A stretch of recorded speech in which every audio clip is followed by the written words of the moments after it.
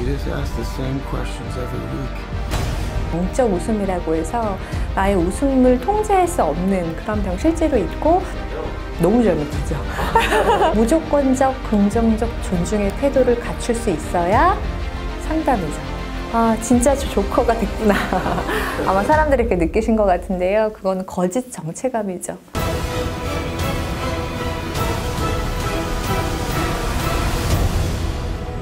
네, 안녕하세요. 반갑습니다. 김윤나입니다. 제가 하는 일의 키워드는 연결이에요. 나 자신과 좀 친해지고 다른 사람들하고 잘 지내는 방법에 관해서 상담도 하고 또 강의하고 책을 쓰고 있습니다.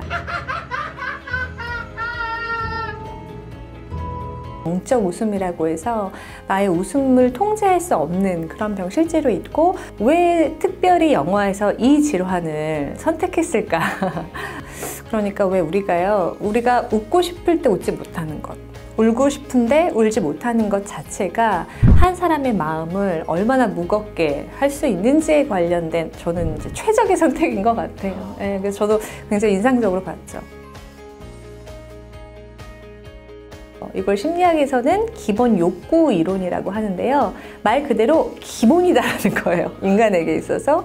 그러니까 첫 번째는 뭐냐면요. 자율성이에요. 쉽게 말하면 내가 자고 싶을 때 자고 먹고 싶을 때 먹고 사람 만나고 싶을 때 만나고 내가 원하는 선택들을 얼마나 내가 할 수 있는가. 그렇기 때문에 이 자율성이 처음부터 아서플렉은 확보되지 않은 상태이고 처음부터 박탈당한 상태로 시작하죠. 특히 중간에 이제 약물을 복용하지 못함으로써 그 통제가 확 풀려버리는. 네, 그리고 이제 두 번째 덩어리는 뭐냐면 유능감이에요. 내가 아주 쓸모가 있네, 내가 기능하네, 내가 이렇게 기여를 하네, 혹은 내가 내 생계를 내가 책임지네, 이런 것들이 다 포함돼요. 처음에 막 춤을 추면서 광대놀이 하는 그 장면, 아이들과 막 광대놀이 하는 그 장면에서 전 너무 잘 느낄 수 있었거든요. 그런데 이게 또 박탈당하죠. 네. 그리고 실제로 해고 통지를 받잖아요. 해고 통지를 받고 나서 가는 길에 첫 번째 비극적인 사건이 일어나죠. 그래, 유능감이 박탈당한 그 순간에 저 사람의 심정을 어떻게 알 수 있을까? 네, 이것도 이제 떨어져 나갔고. 그럼 남은 한 덩어리는 관계성이에요. 네. 관계성은 야, 그래도 난 널 믿어. 할 수 있어. 잘해왔잖아. 응원하는 내 편. 우리가 그렇게도 찾는 내 편이죠. 한 사람만 있으면 되거든요. 근데 아서플렉의 관점에서 보면 그 한 사람이 찾기 정말 어렵죠. 원래 원가족이나 부모에서 받지 못했던 상처들을 재양육하고 돌보는 것이 상담자의 역할인데 그거 잘 안 된 것 같아요. 근데 또 인간관계 접촉이라고 하면 직장이었을 텐데 오히려 친구라고 믿었던 사람에게 배신을 당하잖아요. 그것도 띠. 그럼 마지막 하늘하게 잡고 있던 게 뭐였냐면 엄마였어요. 예, 근데 엄마도 결국은 굉장히 가슴 아픈 사건들이 나면서 그 마지막 한 줄기가 절단되죠. 제가 얼마 전에 또 책을 냈죠. 근데 그 책 제목이 당신을 믿어요 이거든요. 우리에게 주어진 조건이 아무것도 없을지라도 그것이 열악할지라도 우리가 할 수 있는 일은 나를 믿고 오늘 하루 성실한 시간을 살자. 그게 핵심 메시지인데 그 눈을 보고서 당신을 믿어요. 이 세 가지가 다 인생에서 떨어져 나갔지만 당신을 믿고 그 시간을 살아요. 라고 말할 수 있었을까? 뭐 이런 여러 가지 생각들이 들었어요. This is the last time we'll be meeting. You don't listen, do you? 너무 잘못했죠. 아니 뭐 현실에서 그러면 안 되는 거고. 그러니까 우리가 누군가의 마음을 돕는 일을 할 때 아주 기본 전제는 이게 상담사마다 이렇게 배운 이론들이 다르기 때문에 방법은 다를 거예요. 통로는 다르겠지만 기본적으로 무조건적, 긍정적 존중의 태도를 갖출 수 있어야 공부를 시작할 수 있어요. 그러니까 저 사람이 하는 어떤 말에 대해서 나는 사실 이해가 안 가지만 너의 맥락, 너의 환경에서는 그럴 수 있구나. 나는 그것을 고치려는 마음이 없다. 그걸 깨부수려는 마음이 없다. 이래라 저래라 하고 싶진 않다. 마음이 그렇다는 거예요. 그렇게 행동이 아니라 그런 태도로 상대의 이야기를 들을 수 있어야 상담이죠. 네, 근데 가장 아쉬웠던 거는 그런 태도를 뭐 전혀 느낄 수 없죠. 네, 그 사람이 빨리 해피할 수 있도록 어떻게든 하려는 그런 마음처럼 느껴져서 사실 그 부분이 가장 속상했고, 저는 먼저 이런 생각이 들었어요. 그럼 무엇이 가장 결여됐는가? 네, 상담을 경험하시지 못한 분들도 있으니까 좀 소개를 드리자면, 그 상담 장면에서 가장 잘못된 거 일단 3가지. 네. 첫 번째는요, 상담 장면에서는 감정에 대한 옳고 그름이 없습니다. 그러니까 부정적인 감정은 느끼면 안 되고 회피해야 돼. 그걸 긍정적으로 해석해야 돼.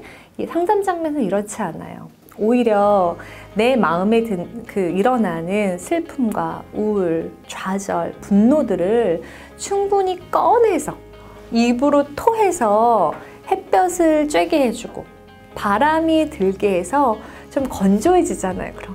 근데 뭐 꺼내지도 못하게 하고 부정적인 건 나쁜 거야 라는 메시지를 계속해서 주는 거. 가장 큰 실수. 2번째는 아스플렉의 대사 중에 이런 게 있잖아요. 당신 내 얘기 안 듣죠? 나한테 계속 같은 질문만 하잖아요. 누군가를 도울 때 가장 필요한 기술은 질문이에요. 그 사람이, 고통을 겪고 있는 그 사람이 마음의 저 바닥까지 바가지로 박박 긁어가지고 다 끌어서서 뱉어낼 수 있도록 하는 게 최고의 위로예요. 그래서 그 장면에서도 질문하지 않았다는 건 상대의 이야기에 집중하지 않았고 그 사람의 세계에 더 들어가서 너의 마음이 어떠니?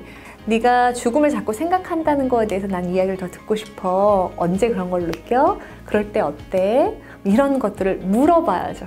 질문 없다는 게 가장 그랬고요. 마지막 3번째는 거기서 직면을 시키거든요. 너무 이렇게 강력한 방식, 너무 아픈 방식으로 제안이 되었고, 이 직면이라고 하는 거 우리 삶에서도 되게 많이 하거든요. 그 직면을 딱 했을 때 그걸 받아들일 수 있는가, 그리고 내가 이걸 제시했을 때 아프지만 저 사람이 들여다볼 만한 관계가 형성되어 있는가, 이런 사전 준비 없이 우리는 자꾸 들이밀어요. 직면시키거든요. 그 부분이 가장 실제 일어나는 상담과 다르다고 느꼈고요. I even really existed. But I do. 왜 우리가 그 아사가 첫 번째 살인을 하고 나서 화장실에 가서 춤추는 장면, 군중 안에서 춤을 추면서 그 존재감을 막 느끼는 그런 장면들을 볼 때 아마 진짜 저 조커가 됐구나. 아마 사람들이 이렇게 느끼신 것 같은데요. 그건 거짓 정체감이죠. 진짜가 아닌 거예요. 청소년 상담을 종종 하다 보면 청소년 시기에는요, 자신의 존재감을 굉장히 드러내고 싶어 합니다. 왜냐하면 자신이 힘을 가졌다고 착각하거든요. 실제로는 준비가 안 됐는데 힘을 가졌다고 생각할 때 내가 이것을 드러낼 출구를 찾게 됩니다. 그래서 이게 가장 안전한 방법은 공부나 꿈이나 목표 이런 쪽으로 키우는 친구들도 있지만 그것에서 이미 탈락한 친구들도 있죠. 예, 야 나는 이번 생에 공부는 아니다. 예, 그리고 나는 야, 친한 친구들 맺기가 너무 어려워. 이런 친구들은 다른 방식으로 존재감을 찾게 되겠죠. 그래서 이제 새벽에 오토바이 타고 예, 형님 아우 맺고 이제 이런 일들이 실제로도 벌어지는데요. 이건 역시 거짓 정체감이죠.